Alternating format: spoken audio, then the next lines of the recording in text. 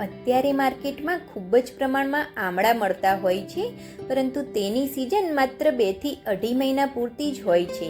પરંતુ આજે આપણે આમળામાંથી એવી આમળા કેન્ડી બનાવીશું જેને એકવાર બનાવી અને આખું વરસ સ્ટોર કરીને ખાઈ શકાય છે.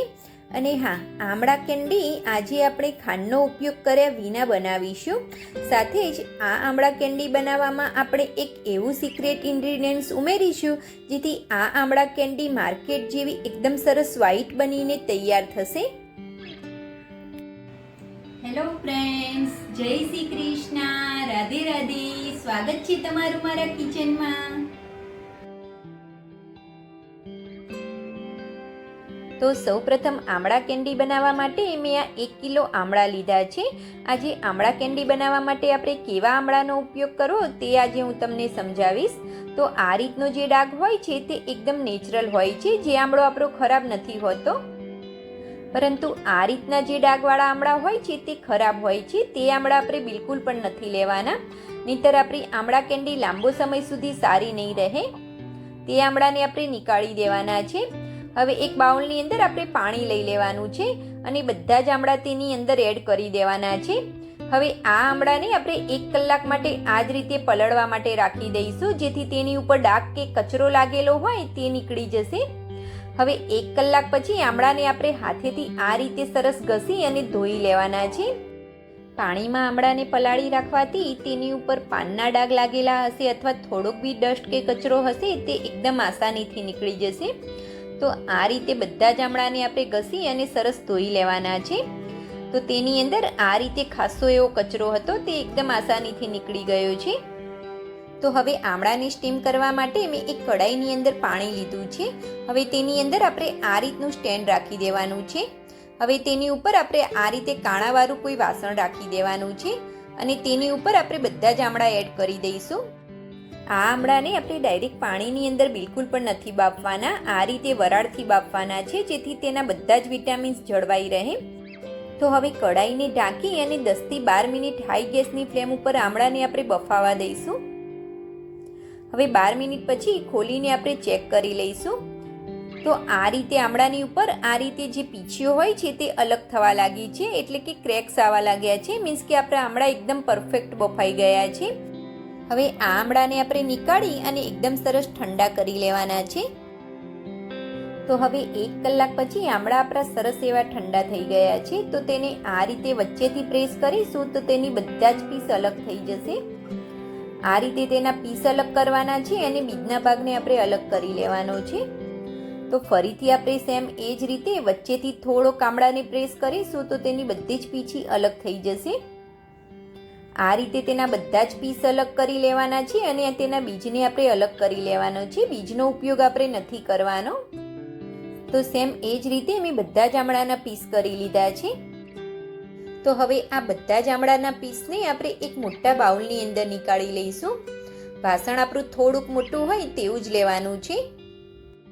તો હવે આપણે 1 કિલો આમળા લીધા હતા, તેની સાથે મેં 800 ગ્રામ જેવી જે ધાગા સાકર કે ઘાંગરા સાકર કહે છે તે લીધી છે.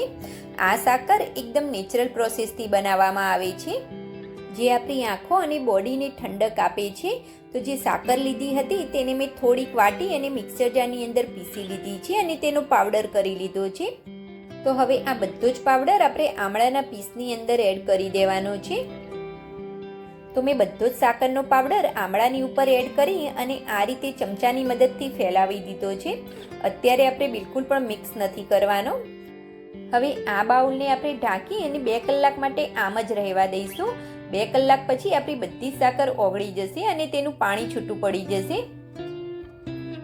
તો હવે 2 કલાક પછી ખોલી અને ચેક કરીશું. તો હવે આપણી બધી જ સાકર ઓગળી ગઈ છે અને તેનું પાણી છૂટું પડી ગયું છે. હવે આપણી આ આમળા કેન્ડી એકદમ સરસ માર્કેટ જેવી વ્હાઈટ બનીને તૈયાર થાય અને આખું વર્ષ તેનો આ જ વ્હાઈટ કલર જળવાઈ રહે તેની માટે આપણે એક સિક્રેટ ઇન્ગ્રીડિયન્ટ્સ એડ કરીશું. એટલે કે આપણે એક લીંબુનો રસ અંદર એડ કરવાનો છે, જેથી આપણી આમળા કેન્ડી એકદમ સરસ વ્હાઈટ બનીને તૈયાર થશે અને આખું વર્ષ તેનો આ જ વ્હાઈટ કલર જળવાઈ રહેશે. હવે લીંબુના રસને આપણે મિક્સ કરી દઈશું. હવે આ આમળાના બાઉલને આપણે ઢાંકી અને 2 દિવસ માટે આમ જ રહેવા દેવાનો છે અને દિવસમાં 1 થી 2 વાર તેને હલાવી અને મિક્સ કરતા રહેવાનું છે. તો હવે 2 દિવસ પછી આમળાના બાઉલને આપણે ખોલી અને ચેક કરી લઈશું.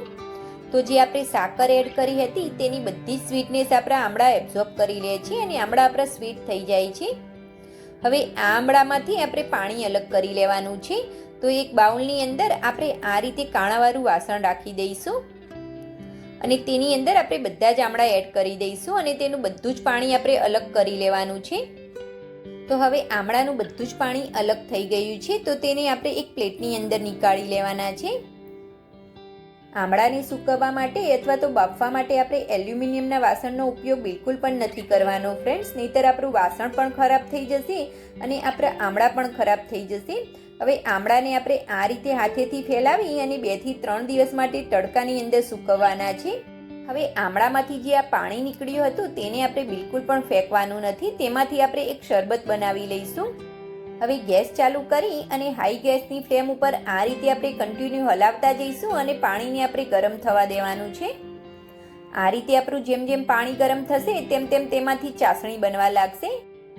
આમ તો આ જ્યુસને આપણે 1 વીકથી વધારે સાચવીને નથી રાખી શકતા, પરંતુ આ રીતે ચીપચીપી અથવા તો અડધા તારની ચાસણી બનાવીને રાખીશું તો તે લાંબો સમય સુધી સારો રહે છે અને ખરાબ બિલકુલ પણ થતો નથી. તો હવે માત્ર 10 જ મિનિટની અંદર આપણા જ્યુસમાંથી થોડીક ચીપચીપી અથવા તો અડધા તારની ચાસણી થવા લાગી છે. હવે ગેસની ફ્લેમને આપણે બંધ કરી દઈશું અને જ્યુસને ઠંડો કરી અને 6 મહિના સુધી તમે ફ્રીજની અંદર તેને સાચવીને રાખી શકો છો.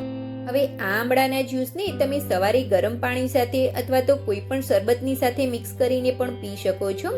હવે 2 થી 3 દિવસની અંદર આમળા પણ આપણા સરસ એવા સુકાઈ ગયા છે. આ આમળાને આપણે વધારે પડતા બિલકુલ પણ નથી સૂકવવાના, થોડાક સોફ્ટ રાખવાના છે. હવે લાસ્ટમાં તેની ઉપર દળેલી સાકરનો પાવડર એડ કરી દેવાનો છે. આ રીતે આપણે બધે જ ફેલાવી દઈશું અને હાથેથી બરોબર મિક્સ કરી લેવાનો છે.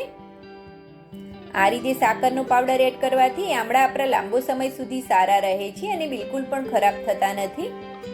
તો આપણી બધા જ આમળા કેન્ડી ઉપર સરસ એવો સાકરનો પાવડર લાગી ગયો છે અને વધારાનો સાકરનો પાવડર હોય તેને આપણે અલગ કરી લેવાનો છે. તો અત્યારે માર્કેટમાં સસ્તા મળતા આમળામાંથી ઘણી બધી આમળા કેન્ડી આપણે એકદમ સસ્તી અને ચોખ્ખી ઘરે જ બનાવીને તૈયાર કરી શકીએ છીએ અને આખું વર્ષ આ આમળા કેન્ડીને આપણે ખાઈ શકીએ છીએ. તે બિલકુલ પણ ખરાબ થતી નથી. ફ્રેન્ડ્સ, આ રેસીપીની સાથે સાથે અત્યારે શિયાળા સ્પેશિયલ વસાણા અને બીજી અનેક પણ અવનવી રેસીપી જોવા માટે મારી ચેનલને સબસ્ક્રાઈબ કરવાનું બિલકુલ પણ ભૂલતા નહીં ફ્રેન્ડ્સ. અને આ રેસીપી તમે ફેસબુક અને ઇન્સ્ટામાંથી જોતા હોય તો મારી ચેનલને ફોલો કરવાનું બિલકુલ પણ ભૂલતા નહીં ફ્રેન્ડ્સ. Thanks for watching. જય શ્રી કૃષ્ણ.